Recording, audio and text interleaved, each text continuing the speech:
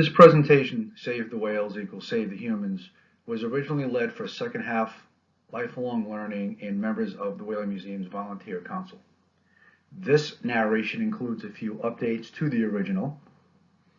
Here we discuss the vital connection between humans and whales and how their survival, and indeed the health of the ocean, is linked to our health.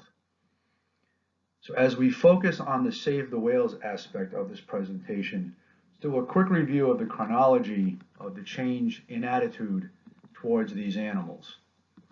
And really, this began in the 1960s when we began to understand that the odontocetes, the toothed whales, were making sounds, and we knew that they were coming from these animals. So the obvious are the dolphins, and you can see here there's a TV show called Flipper and a movie with George C. Scott called The Day of the Dolphin. With this growing base of knowledge, the American Cetacean Society was founded in 1967. They are the first whale conservation group in the world, and they were actually the first to also take groups of children out on whale watching trips. And then in 1970, this album came out from Roger Payne, and this is the best-selling environmental album ever.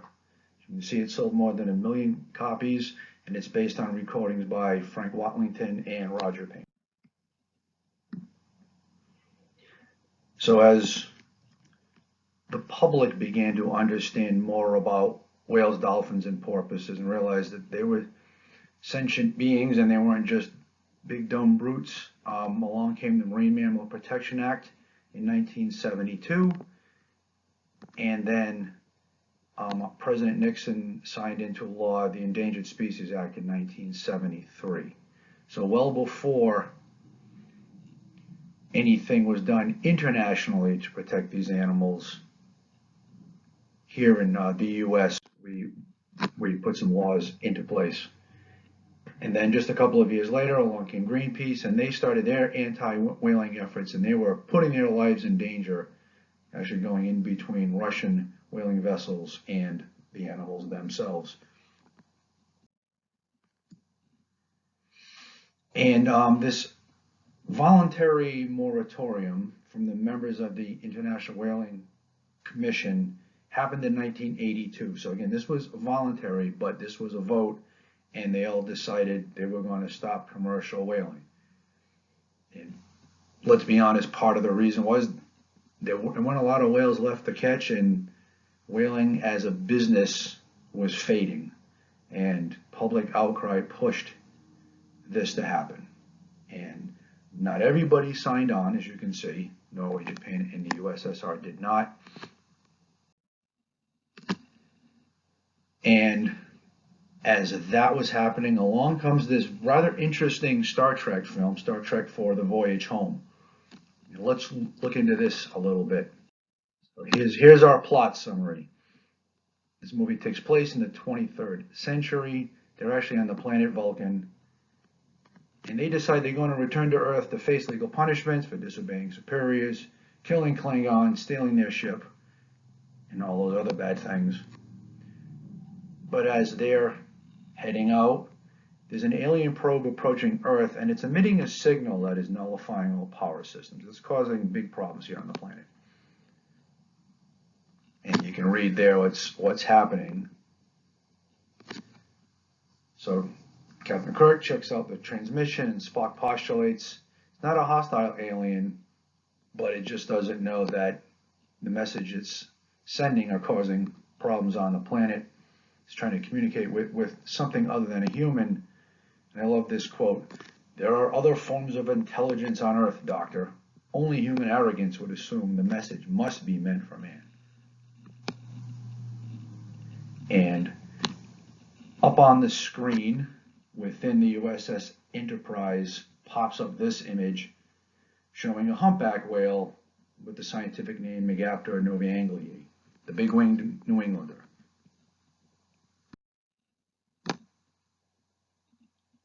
But remember, this is in the 23rd century, and this species has been dead for 200 years.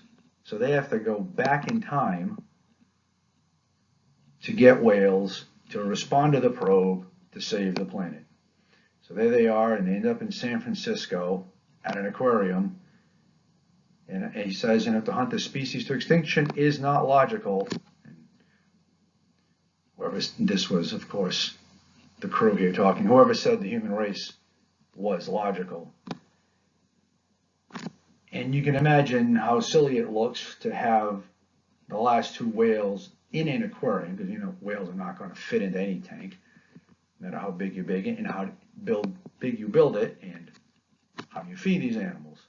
But the funny part, of course, is you got these guys traveling back a couple of 100 years, and they don't fit into the world very well.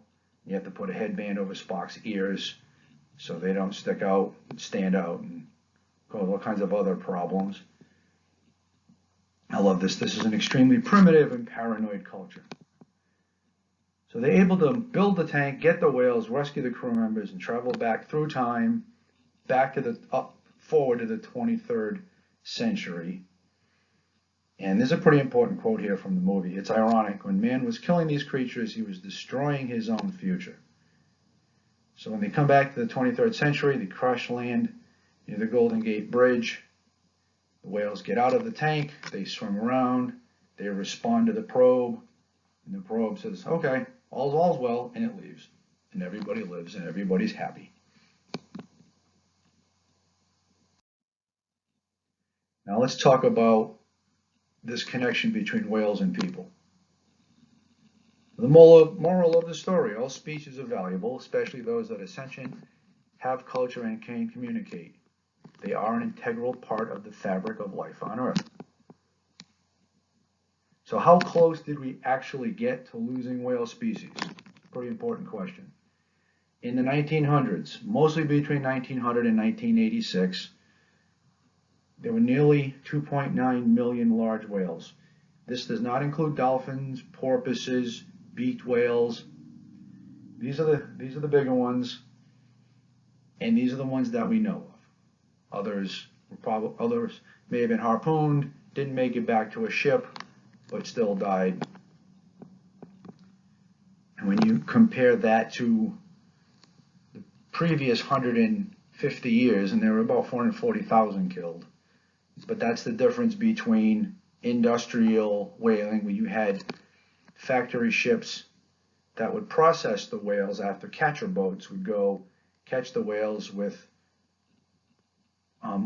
it would be a harpoon gun on the bow of the catcher boat, fire off this harpoon, it would go into the whale, they would inject air, so after the whale died, the whale would float, then they would tow it back to the factory ship, and they would just haul the entire whale out of the water and process the whale. There was a quote from an observer from the Coast Guard on one of the whale ships, and this was in the 1930s, and he basically said, they could make a 90-foot whale disappear in 90 minutes. They had the ability to process every part of the whale, whereas the Yankee whalers, you pull the whale up to the side of the ship and you were taking the skin, taking the blubber, taking the baleen if it was a baleen whale, and the rest of the carcass typically would just float to the bottom. So southern blue whales, you can see their population numbers are well below what they were in 1900. There's a blue whale image there. Both the two northern hemisphere species of right whale are highly endangered. Right now, the North Atlantic right whale numbers are hovering around 400. Not even sure about North Pacific right whale. And all the baleen whales, except for gray and minke, are listed as threatened or endangered. Some humpback populations, I think 10 of the 14, have been delisted. And pygmy right whales are data deficient because they're just not well studied.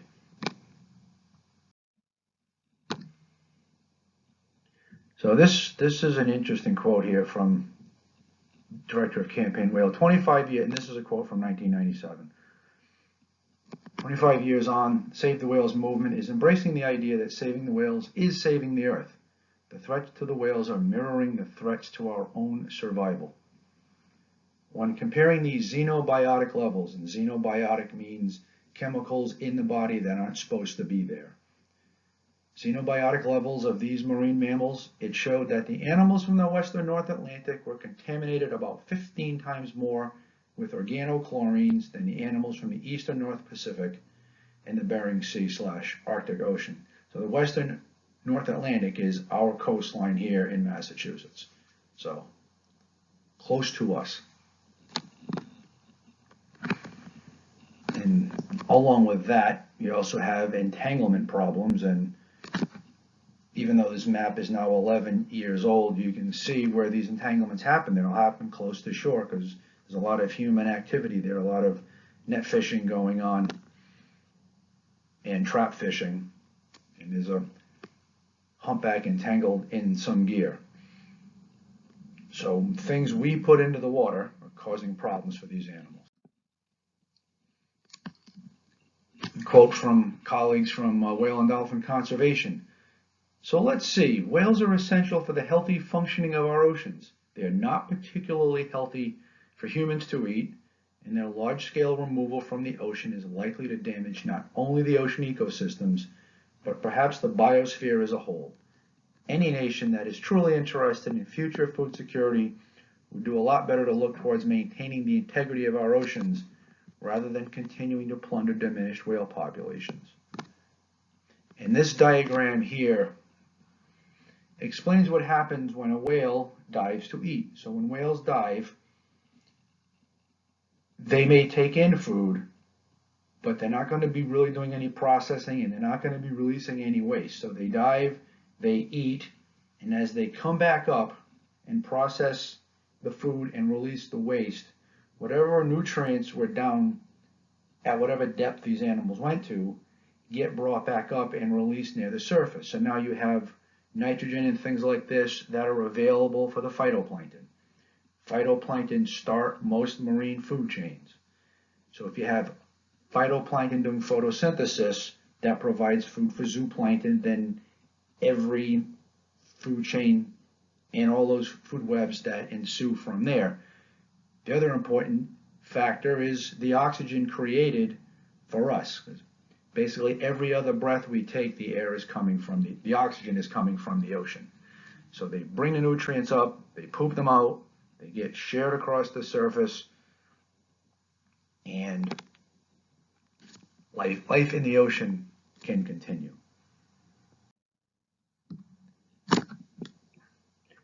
So since it was whale sounds that really were the impetus for much of the Save the Whales movements and just increase consciousness of these animals as something other than big dumb animals, let's talk about how they communicate. So all 88 species of cetacean, all whales, dolphins, and porpoises make sounds to communicate. As you see in the diagram here, these baleen species, the mysticetes, have vocal folds that are parallel to airflow. The blue line you see there, that's the esophagus. No air comes in through there. It's only connecting to the digestive system, whereas the red going to the blowholes connects to the lungs. Doesn't make any sense for an animal that lives its life in the water to take the water in so it could get into its lungs. So the air going in and out helps to create these sounds, and then out they go, and they tend to be lower sounding animals. So ultra low, infrasonic range. Whenever you hear recordings of blue whales and fin whales, they have to be sped up so they can be audible to human ears.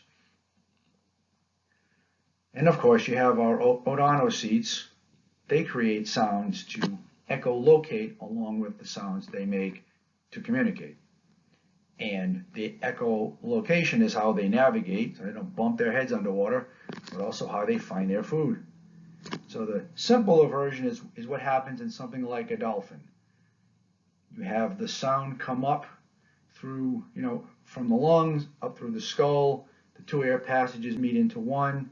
You have those nasal sacs there and phonic lips. The sound comes out through the melon, which is basically the amplification system for those sounds.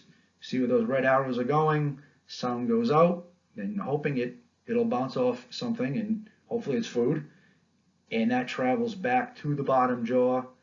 It goes through that fat-filled cavity. The bottom jaw is hollow, but that fat cavity, the fat-filled cavity, will focus the sound into the auditory bulla, which is the ear bone protecting the moving parts of the middle and inner ear, into the brain. It gets processed faster than I can tell you about it, and then they continue on until they get right up to their food. And typically they just suck it in using suction, but those that have teeth, if they need to grab the food, they can do that as well. They don't have any chewing teeth. And then the more complicated version of it would be the sperm whale. So if you follow the arrows here, and I can help you with that.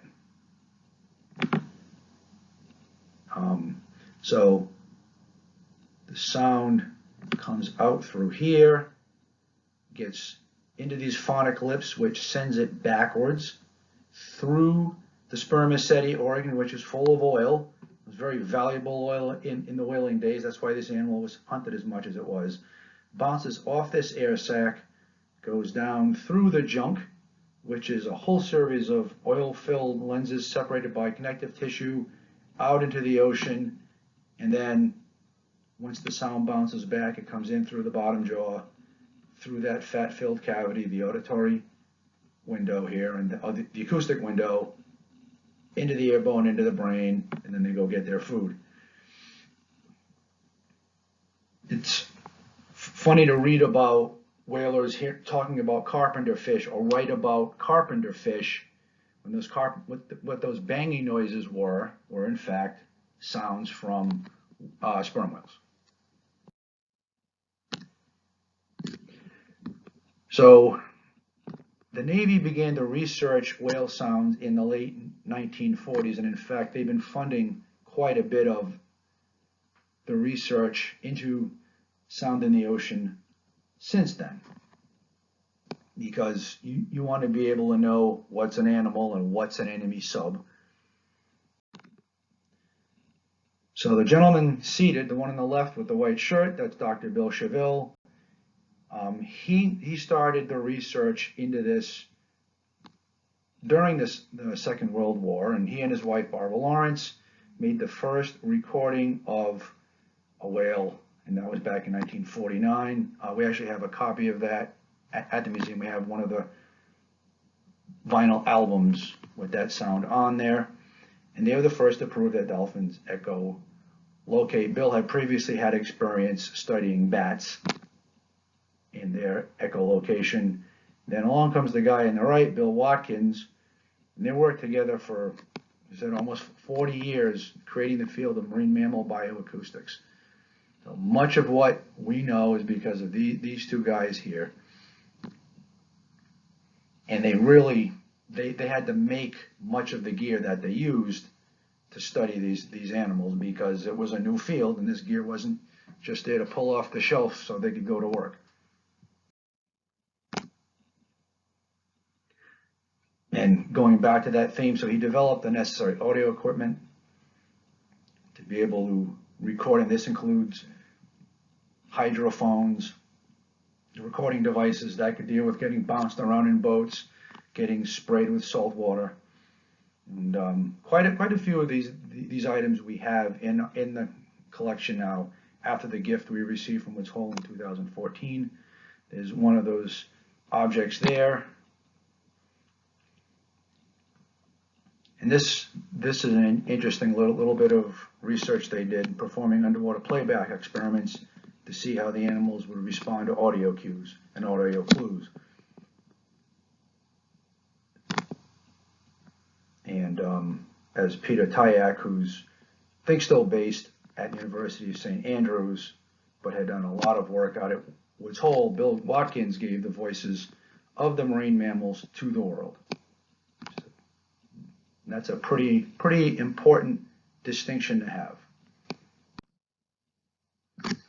So the Bills created this album back in 1962. It's there in vinyl. We have it on tape. Someone's probably put it on CD.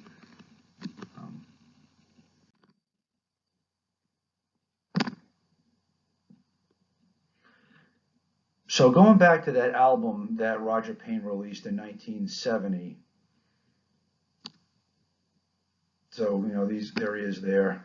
So he heard these songs, or these recordings that Frank Watlington had made, and they opted to make an album with it.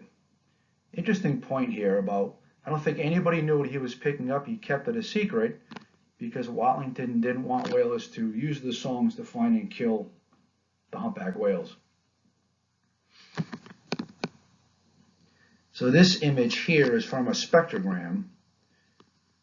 So when people research whales now, this, which had started back in the late 60s, early 70s, you have the audio part of it, but now you have a visual model of what these sounds look like. And they began to notice, or she began to notice, patterns, and that these were actual songs. It wasn't just a bunch of noise. And again, there's the resulting album. There's a nice image here, point out what is a spectrogram. You see, the higher the frequency, the higher it will be on this image, and the brighter the color, the stronger the sound. And you go left to right over the course of time as the sound is being made. So the collection that we have, this fantastic gift to us from the Woods Hole Oceanographic Institution, the William A. Watkins Collection of Marine Mammal Sound Recordings and Data. You can see all those tapes there. You can see all the things that have been given to us, tapes and tags and recording equipment.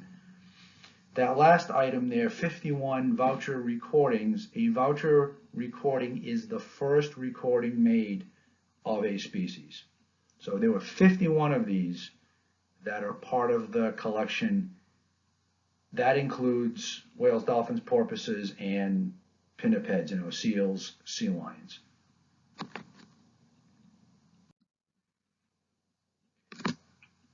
So why would the Whaling Museum get a gift like this, a place that started off as a history museum? It's because we've integrated conservation education into our strategic plan. It's been a very strong part of what we've been doing now for 20 years. So this deepened our ability to utilize and promote our historical data as a source of information for modern whale protection. And this certainly strengthens our ability to serve as a scholastic research center for people doing research now, and to be able to compare it to whale recording data that happened between 1949 and 2000. We are honored to have that responsibility of preserving and sharing these materials in the way that Watkins had hoped for. And this is a quote from Bill Watkins. "I would like to have the accumulated knowledge and historical understanding of what we have be translated into a marine sound archive that includes not only the animal sounds, but all the various geophysical sounds. It would suddenly translate a library that's wonderful for me into something that would be wonderful for everybody else." A little fun and listen to some whale species. And again, all these files come from this Watkins audio collection. And we'll start with this creature here, the beluga.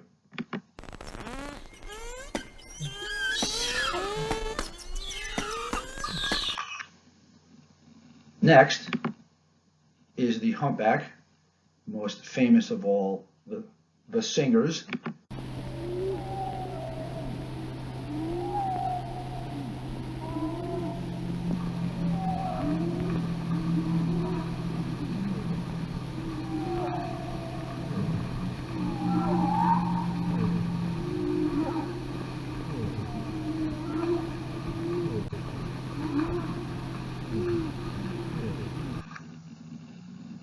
One more humpback sound, a little different than the first one.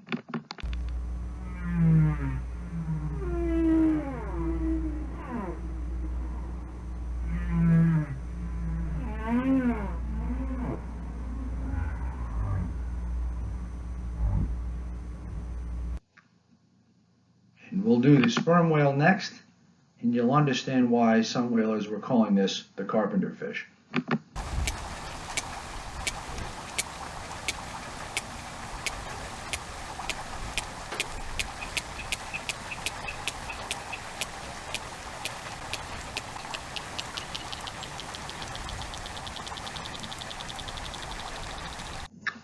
The sound speeds up as the animal gets closer to a prey item. And then we'll go to the long-finned pilot whale, which is the lower of the two animals in this diagram from Ugo Gorder.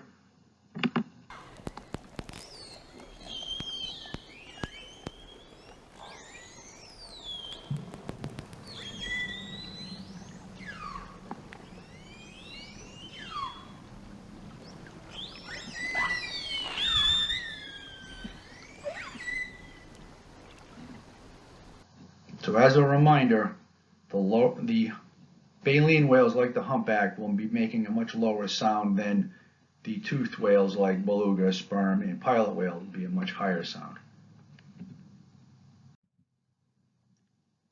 Okay. Studying these animals is pretty hard,